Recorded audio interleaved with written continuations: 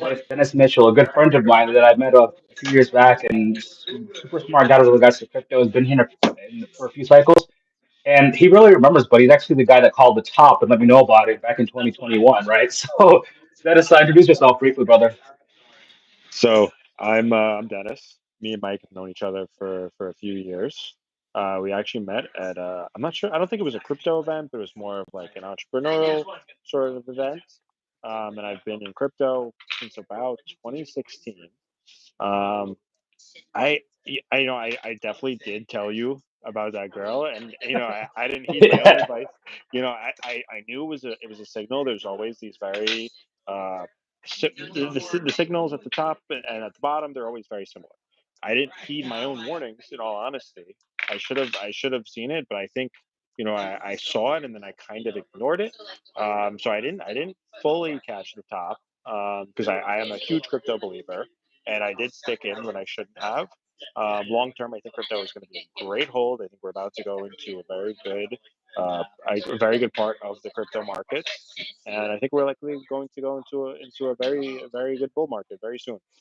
Yeah, Raul Paul calls it the banana zone, right? I think just goes crazy, and even called what was going to happen like right after Trump won, the few days following, and then he's calling it left and right. He's like mid-January, take profits in Hmm. May, go away. Take enough that you feel comfortable to withstand and hold HODL rather until the second part is done in October, November-ish, and maybe even extend into 2026.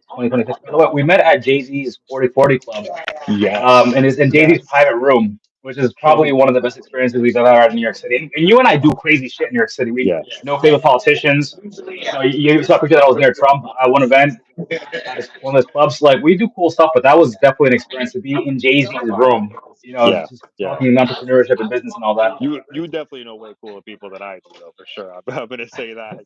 I'll give you that. Well, next year with the events we're planning, Pub Key, the place where Trump became the first president to actually purchase burgers or food or Mhm. whatever it was, right, in crypto at Bitcoin Lightning Network. We actually have an event scheduled in February, Mm. um, February 8th-ish. It's not 100% confirmed. It's a very expensive place, and I was just trying to not lock the funding down to be able to do that. So let's kick it off because I want to make it, 20, 30 minutes. I don't want to make things too long Yes. nowadays. So the first question I want to talk about is Altcoin season. How do you know that it has officially started? Like, what are the indicators that you use to say, hey, this is the official start of Altcoin season? Okay. So I can't say for certain that it has already started, but I think in the near future it will start for sure. There's a lot of signals that show this. But one thing for certain is that every every bear market we see altcoins they drop 90+%, and once the market reverses they come back massively. So we've seen altcoins drop 90+% over the past 4 years. We see Bitcoin is at new all-time highs, and these are patterns that we've seen over the past few bull markets. Bitcoin will find a new high, altcoins are at their low, and then they also follow Bitcoin. And people tend to be very afraid of altcoins at this point, but that is the best point to get into them. Definitely. So, Dennis, I just want to make a point that, a side note that I'm still new to YouTube. I'm learning the ins and outs, right? And I actually had, for a few lives, actually had the messages turned off by mistake. And I turned them on, and we already have people talking in the chat. So Okay. people are saying hi. I think there Hey might be a Amanda. super chat or something. I'm not even sure yet. I'll figure that out later. Okay, so just going into the second part of the question, compare where we are at, like right Mhm. now at this point in the cycle, to past cycles, like 2017, 2016, Okay. 2017, and then 2021. Okay. So where are we now? So something interesting about previous cycles, especially in 2017, we saw altcoins they ran against their Bitcoin pair. So if we look at example Monero XMR, that's the ticker for Monero against BTC, it hasn't actually had a bull market against its Bitcoin pair since 2017, 2018. Okay, we had a full on crypto bull market in I believe 2020/2021 basically, but those coins didn't run against their Bitcoin pairs. We've seen Bitcoin vastly outperform altcoins for pretty much like 6 to 7 years. And all these markets move in cycles. So what I think is going to happen at some point, I think I'll show you in a chart. For example, I like the XMR Bitcoin chart. You see, this is going to have a reversal at some point. This is XMR against Bitcoin, and you can compare this to the stock market bubble cheat sheet. That's where it shows what bubbles usually look like and how they finish. up again once they're done. But I think that we're going to have altcoins when the next alt season happens. I think they're going to greatly outperform Bitcoin. All And right, yeah. go ahead. Oh, go ahead. That's it.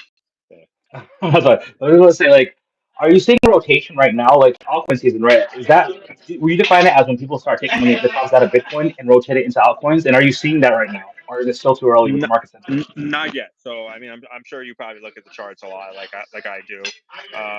I just looked a little while ago. Altcoins are down today. I didn't really look at what Bitcoin's at, but I think Bitcoin dominance is up today. So I like to look at the Bitcoin dominance chart, and it looks like the Bitcoin dominance chart may be close to its peak. I think the exact amount of time that Bitcoin dominance has been on a run up, it's over 800 days. So Bitcoin has been leading the way against altcoins for over 800 days. So I think Bitcoin dominance might be coming to its peak. I follow a lot of interesting people, very intelligent people that post analysis on this. I don't listen, and I don't make my own decisions based off of what I see other people are saying. But I think it's good to listen to other people that have been in the space very long time, and see what they're saying, see what Like they're here, for thinking, example, look at their like you, analysis. by the way. That's what's rare on here, by the way. You've been in the cycles longer than I have, so you understand it. Let me make that Right, point. exactly. Yeah, you always have to look at people that have a lot of experience and see what they're saying, what they're thinking, and how they're analyzing it. And you may disagree with them, or you may agree with them, and you can learn a lot from what they're saying. But it looks like Bitcoin dominance may be at its peak. It may have a little bit more in the tank, but altcoins have definitely been down for a long time, and it looks like it's their cycle to reverse soon. Okay. Not We're not in it yet, but soon, I think. Okay, when that does happen, so which Mhm. altcoins do you think are showing early signs right now that they will outperform Bitcoin? And remember, keep in mind that Bitcoin's gone like 100%. It's going to be at 100% performance by mid-January, right? We're gonna have gone from 60K to like 120K. So what other Right. coins do you see right now? Like major caps, like retail Mhm. investors, something that I would buy, right? Let's say I'm a retail investor. I don't know much about crypto. I don't know what XRM is or these other projects. Like give me like for example, Dogecoin's a joke, right? It's a coin a lot of people use to get into the crypto market for the first time. Do you think like a coin like Dogecoin is gonna outperform Bitcoin next year? So I haven't really looked at the Dogecoin charts that much, but I think if we have an altcoin season, I think the majority of altcoins will outperform Bitcoin. I can't really say anything specific. Like for example, if I look at the XMR chart, it looks like that is going to have a reversal at some point in the near future. It looks like it will probably outperform Bitcoin. But in general, I don't really look at altcoins against Bitcoin all that much. I mostly right now look at them against USDT. So I think right now they look like they're going to outperform against USDT, but the reason I think they're also going to outperform against Bitcoin is because that cycle of them being in a bear market against Bitcoin hasn't ended for the past 7 years. And I think it's coming to a close, which will lead to them outperforming Bitcoin because these cycles, everything is a cycle in these markets. So I think at some point that's going to happen. But to say exactly which ones I think will outperform Bitcoin, it's hard to say because we don't really know exactly what Bitcoin is going to do. I think that a lot of times when altcoins do very well is when Bitcoin stagnates. But we don't know if Bitcoin is going to stagnate. We don't know if Bitcoin is going to continue to go up, and altcoins are also going to continue to go up and just outperform Bitcoin. We also don't know if Bitcoin is just going to go down and altcoins are going to go up, while it goes down, or if it's just going to stagnate. So it's very hard to say. But I think like the other day we had Bitcoin going down, but altcoins were going up. So I think only time will tell exactly how much they will outperform Bitcoin or which ones will outperform Bitcoin the best. But I think it's best to just accumulate the large caps. Like right now, I'm accumulating Litecoin, for example, just because it has institutional interest. It's on PayPal, it's on It might Venmo, have it's an on all the ETF. They major. said in the early part of next year that HBAR and Litecoin might Exactly. be the next ETFs, and then after that, the more risky ones, which I don't necessarily agree with, but the more Mhm. riskier ones, quote unquote. XRP is a risky one, according to Yeah. them, the experts. And Eric Paul Tunis, by the way, the person that talks about all ETFs, he's saying that basically the risky ones, XRP, and I forgot the other. Oh yeah, Solana are going to be Yeah. the fifth and sixth, right? Bitcoin like and Ethereum are number one, two, number three, four are HBAR and Litecoin, the number 5, 6 are XRP and Solana. Do you agree with? By the way, do you agree with the fact that Solana? You think that XRP and Solana are more riskier than Litecoin and HBAR? It's hard to say. Um, I would say Litecoin. I'm sorry. Litecoin probably has more profit potential at this point compared to Solana because it hasn't reversed, and it also has institutional interest. So Solana has been flying for the past year. I don't think you want to chase what has already popped off. So like it doesn't make sense right now to buy XLM, which is compared to Litecoin, which is up like 100% from its bottoms. But risk wise, I personally I view Solana as more risky. But I don't think Solana is going to go down a lot either. I don't think there's a lot of risk in Solana. I just think there's more profit potential in something like Litecoin or a major cap cryptocurrency that hasn't really exploded yet. Okay, so check this out. I'm a new crypto investor, right? I invested $3,000 in January 2024, right? I forgot it in Bitcoin. Now I just say my profit in I'm up like $3,000. Now it's $10,000. The amount that I invested went up to $10,000, and now Right. I'm seeing that Bitcoin starting to dip, and now I'm seeing that Litecoin or Ethereum is starting to, basically go ham rip. What do I do at that moment? Do I stay with Bitcoin and hope for the best, or do I actually rotate into those coins, and how? So I would say right now is a good time. If I was holding Bitcoin and I just found it, I would definitely move that into the altcoins. And the reason is because people forget that the crypto market is not just Bitcoin. It's not just Bitcoin. There's so many other cryptocurrencies. They have their own use cases. They're on PayPal. They're on Venmo. They're in hedge funds have invested in them.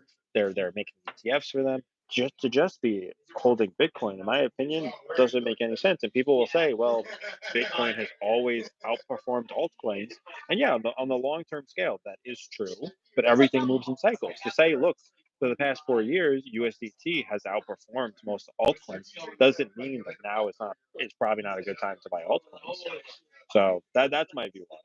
I would say Bitcoin to altcoins right now. I know a lot of very intelligent people. I follow this one guy on Twitter, Michael D. Van Pop. I think he's or Pope or something like that. I think he's a Dutch crypto investor, very intelligent guy. I've been following him for years. Great trader, and he a couple months ago went full all in his Bitcoin into altcoins. Definitely. Remember to follow us on X as well, Twitter, US Blockchain Cap. So, meme coin mania. Obviously, meme coin mania, like I believe last cycle, that's what started everything, and that's what ended everything. Towards the end, when all the major the large cap, medium cap tokens basically started to like lose steam, people started to invest more in meme coins. That's where you get the Shiba Inu news stories. Then 2023 Pepe, Bonga's killing it this year. Do you think that meme coins in 2025 are still going to be relevant as relevant as they were in 2024 and 2021? I think they will definitely be very relevant. I think they're going to be more relevant in 2021. I think a lot of retail is going to be interested in meme coins because they're going to see, oh, look, it's cheap, like it's funny for whatever reason. Like I have a friend who I've been trying to get into crypto for a while. He decided to buy like $40 worth of Pepe a few weeks ago. A little I bit mean, crazy. it works. It Yeah. works, right? Why would you invest in something? When I first started, I just want to give a side note. I was talking to my brother, and I was like, "I want to invest in crypto." He's like, "Do your own research." And I'm not looking at Bitcoin. And back in those days, I didn't really understand crypto. I'm like, what's Litecoin? What's Ethereum? And I'm like, "Oh, look, Yeah. this cute little Dogecoin." I talked about it in my TED talk. I was like, "That's what I invested in first." I mean, yeah, that's how a lot of people get into meme coins, and a lot of people are that way, where they're going to be like, "Oh, that looks fun. It's a crypto. What's the difference between investing in that and Litecoin?" That's how they're going to view it. But I think people have to be careful with meme coins because I mean, obviously, I think at some point, majority of meme coins are going to go to zero. And in this cycle, they may go up a lot. That's definitely a major possibility. But it's like musical chairs. It's like the NFTs. The majority of NFTs went to zero. And I think there are way too many meme coins. Like I think Dogecoin is established. They've been able to create their own blockchain and everything. But I think Elon the Musk majority supports it, backs it. He named a exactly. government. He actually posted on X, I believe, a few weeks ago. In 2013, it was a joke. In 2024, it's a government agency. Yeah, I think Dogecoin is going to be treated very differently than a lot of other meme coins because now there's even institutional interest in Doge. It's Yeah, they're established saying that there now. might actually be an ETF for it too, which is I I wouldn't be I'm surprised. surprised. Yeah, but that's the thing though. There's so many different meme coins. It's so easy to create a meme coin, especially on Solana. The majority of them are just going to I go made down in the one wind. in a few minutes, by the way, just to I've see that I I've could. done it Yeah, too. I've done it for fun. I did it like I made a joke, like messing with one of my friends. I made a meme coin about him. same thing. Like One of my it's friends' so last name easy. is his last name is Some Fun. I'm not gonna say his first name. I'm not gonna blow him up like that. But his last name Okay. is Somfun. It's a popular name in Nigeria and in New York City, Right. in the Nigerian community. So we took his picture. We asked him for permission. It was a very professional picture, and we made the Somfun token. What platform did you make it on? Solana, and it cost one Oh, Solana. okay. So it doesn't matter if Solana's worth $10, $100, Right. $150. It's one Solana. Okay. Okay. Yeah, it's so easy to do, but I think you can make a lot of money on meme coins. Like I have investments in meme coins. I've traded meme coins, but they're definitely not more than like 5% of my portfolio. I know people that make them a significant part of their portfolios, but on every dip, a lot of these things die. Yeah, they say So Degen. If you want to play like the really high risk Solana meme coins, the Sui meme coins, the Ethereum meme coins, they say that Raul Paul says no more than 5% of your house yeah, money. This is once you've taken out your initial profit, no more than 5% of your house money should go towards them. I totally agree. I mean, I've profited of all the meme coins that I have right now. Well, I only have one, but all the meme coins that I've been trading over the past year, I profited off them. But as they go up, I take profit. Because I have in mind that this is not something that is really like they may go up 100x, but they're not gonna like they're not gonna go up forever. So I take profit as they go up, and I think that's what everyone. It's not financial advice, any of this, but I think everyone should take their profits on their meme coins when they go up because they swing up high and they swing up down.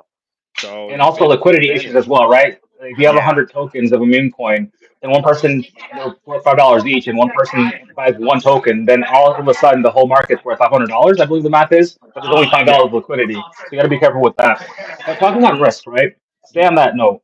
What risks and opportunities should traders consider when investing in 2025? You already touched a bit upon this, but talk to me more so in the aspect of like, hey, there's going to be a bull. Let's assume we never know for 100% sure. I don't think there's going to be a super cycle. I don't think you're. I don't think. I believe that you believe that this is not the top of the super cycle either. There will be a bear market. What risks should people basically consider when they're investing in 2025? Well, even if you do have a super cycle, there will be a bear market. So a lot of people don't realize that. I think that we are going to have a really great bull market, but people should be wary of previous cycles. They should take profits as we move up. And I mean, you got to have some money set aside once you make money doing this. You can't just hold on forever if things start climbing. It doesn't make sense to because with crypto, everything goes up and down. There's major swings. You might as well have some cash on the side. I think that's something people should do. Even over the past few months, as things have been going up and down, whenever things pump, I take profits. Sometimes I put it into other assets like silver, things that are lower risk. Um, Something else to keep in mind risk wise is don't buy don't chase pumps. So I see a lot of people like I'm in some like Facebook investment groups, and I see on Twitter a lot of people will chase pumps, especially new people. They like get into coins like XRP after they're up like 500%, and they start posting like, "Oh, XRP is going to go to $100." This person said, and usually, yeah, it's like usually at that point, if you look historically, when people start saying things like that about an asset, that's when it's at its peak, or at least like a short term peak. So like those people may be buying XRP at whatever price it is now, but then it may drop 50% before it goes up another 1,000%, if that even happens. So I mean, for me personally, one like I was holding XLM recently, and it went up like 500%, went from like 10 cents to 60 cents. So what I was doing was at 30 cents, I took some profits. At 40 cents, I took some profits. At 50%, I sold it all. Now I think it's back down to 40, but it's like you don't want to hold on to something usually that has pumped so much, and you don't want to buy something that has pumped so much. You'd rather buy something that is likely to follow, because in crypto these coins follow each other. Like XLM will pump, and then like Litecoin will pump, and then like another coin will pump after that, especially in an alt season. That's how you maximize your profits. You want to catch each massive pump, not just one. Yeah, and also beforehand, it's high risk. For example, I listened to a YouTuber that he's funny, and he was like, "I'm buying H bar. It's gonna go crazy in 2030." It was under 1 cent, so I'm like, you know what? I'm gonna buy thousands of these. Okay. H bar went up to 40 something cents. Like obviously that was the time to have sold. I do more of a hodl. I don't really trade because it's too high risk for me personally. I'm not at that Right. stage in my crypto journey where I feel comfortable doing that. But like you said, a lot of people bought when it was like at 30 cents. Oh, it's pumping, it's pumping. I bought that under 1 cent. For H So bar. I think that yeah, it's being able to basically just understand like, hey, Starlink had a relationship with them. This was months after I bought it, by the way. Starlink established a relationship with HBAR. Nvidia is using it. The government of Ghana is using it for their stable token project. Yeah, it's just being able to, like, you're right, being able to catch projects before they pump. And then when everybody else is going Yes. crazy over them, like XRP, right? Everybody's going crazy. That's when you know you got to take some profits off the table. If you feel comfortable, if you made, especially if you made life changing money, right? Before, because the top. That's what the top is. For example, Elon Musk, right? When he was on SNL talking about Dogecoin, one of the guys that I listened to, he sold all of his Dogecoin profits in the morning. He's like, "Hey, this means it's the top."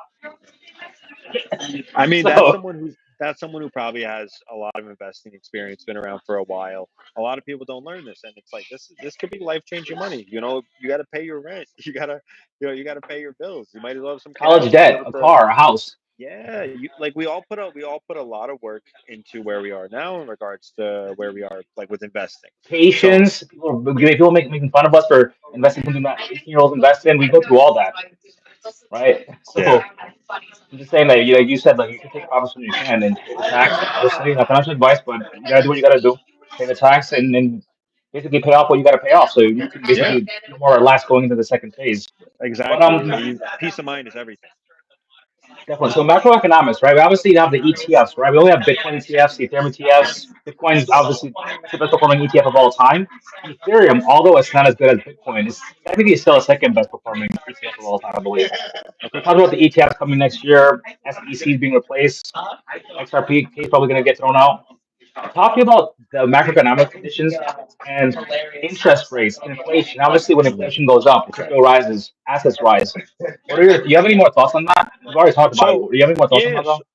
so I'm not an expert in any way when it comes to like the technicals about ETFs. I think any sort of Before you continue, you and I can predict cryptocurrency projects better than most people in Walmart. And I said Walmart. I might as well call it Walmart. Wall Street. Okay, that's true. Walmart for That's us. true. Wall Street So, can sometimes predict less, stock less is prices. more. We've actually done. You and I have actually done better. But go ahead. That's true. That's a good Continue. point. Because honestly, I think sometimes less is more. Sometimes you don't need all of that information. I think some people make it so complex, and then they kind of miss the most obvious aspects of these things. Analysis Um, paralysis.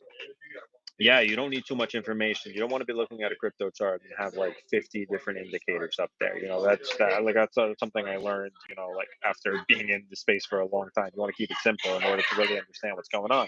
But ETFs, I don't know all the technical details about them, but they're overall good for the markets. They're good for any asset that gets an ETF, it appears, because that gives more recognition of it being trustworthy, of it being legitimate. And any sort of ETF has been good for the prices of whatever cryptocurrency has an ETF. And I think if you get an ETF for Litecoin, if you're holding Litecoin, that's going to be great for you. But in regards to like inflation and interest rates, we saw during the COVID pandemic. That's when we had the most recent crypto bull market, and stocks too. Stocks did incredible, and that was I think that was because of inflation. I don't want to say for certain. I'm sure there were other reasons as well, but they started printing money like crazy, and people weren't working, and it kept the markets afloat. And if anything, it sent crypto flying. People made a killing. People made life changing money at that time in the Yeah, markets. millionaires were minted, like millionaires. People cry. People were Exactly. crying. People literally cry sometimes when we have YouTube channels. And personal friends that I know that I've actually put, Matt, listen, look how much money I made, and they start crying. They just roll their eyes out. They can't believe it. Yeah, I mean, and the government created that environment, you know, through printing money. Everyone knows they were printing money like crazy at that time. That's when the markets exploded, and I guess they had to print money in order to keep the markets afloat with the current economic condition of the time, where everyone was in lockdown and not working. Um, and I think inflation is only going to get worse. I think what they did at that time is kind of like a band aid for a larger issue.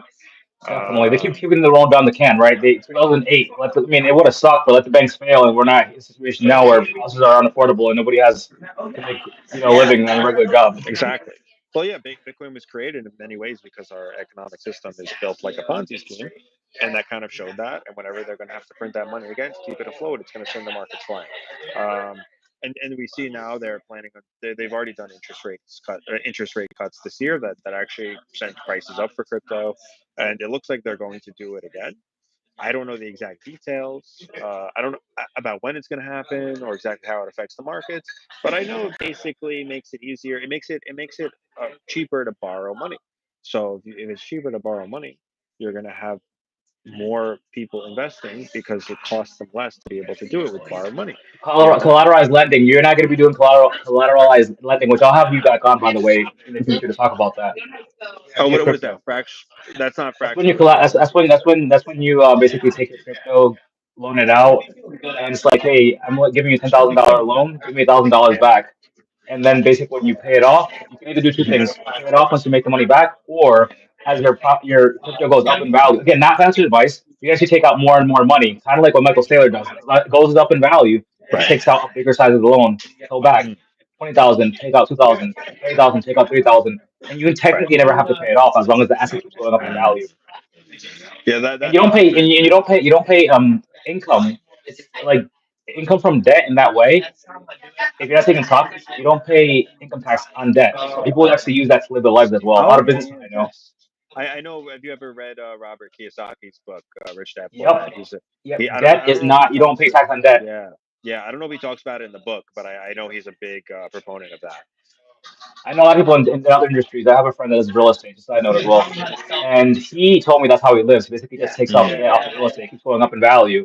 As long as it keeps going up in value, and then it gets liquidated, he can just take out more and more debt. Never actually pay income tax.